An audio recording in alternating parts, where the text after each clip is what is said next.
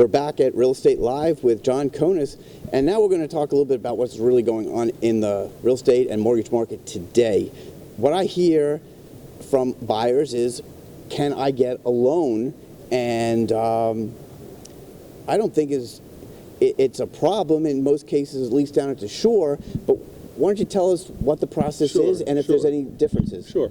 So overall, Ian, it's, we're talking about maybe the southeast PA market, Philadelphia, South Jersey, going down to the shore, and it's almost a little bit of a running joke in the sense of, hey, if someone's trying to get pre-qualified or pre-approved for a mortgage, it is still the starting point in the same conversation today as it would have been 5 or 10 or 15 years ago. Mm-hmm. And the questions that are being asked by the lender or the person who's in my position that's trying to get the buyer pre-approved is, are you showing income on your tax return?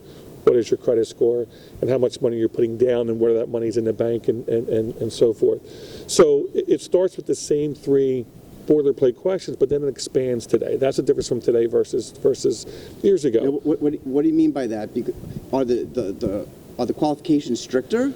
They're stricter in the sense of post real estate crisis, post mortgage crisis, going back to 2010 or 11, it got stricter in the sense of that you had to have maybe a better credit score to do certain mortgage products. A lot of your stated income loans went away, your no documentation loans went away, which were definitely a definitive part of the marketplace for a decade or two. Right. Now, post crisis, with those products going away, it still starts with those three questions.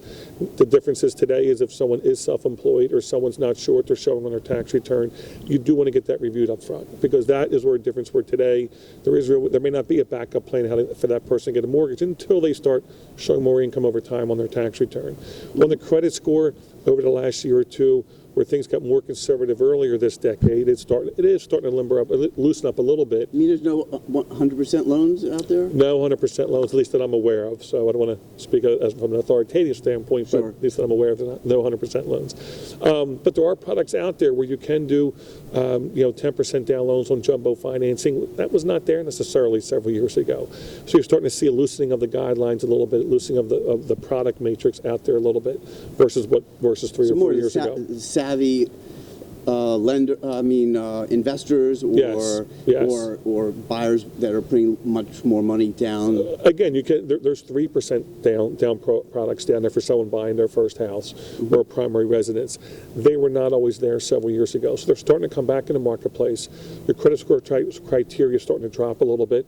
Still prudent lending, still everything's being looked at and reviewed and verified, which was not always the case necessarily, a decade or two ago. And but it's there. Hey, look, if someone's showing income, their credit score works, they have the money in the bank, can I get a mortgage? Absolutely. Sounds good. I want to talk a little bit next segment about the transparency in the marketplace, sure, and that might be why the banks are a little bit more lenient now, is because they feel more comfortable that we're in some sort of healthy market, yes, instead of some hyper market that we had back in that mid-2000s. Sure, sounds good. We'll be right back.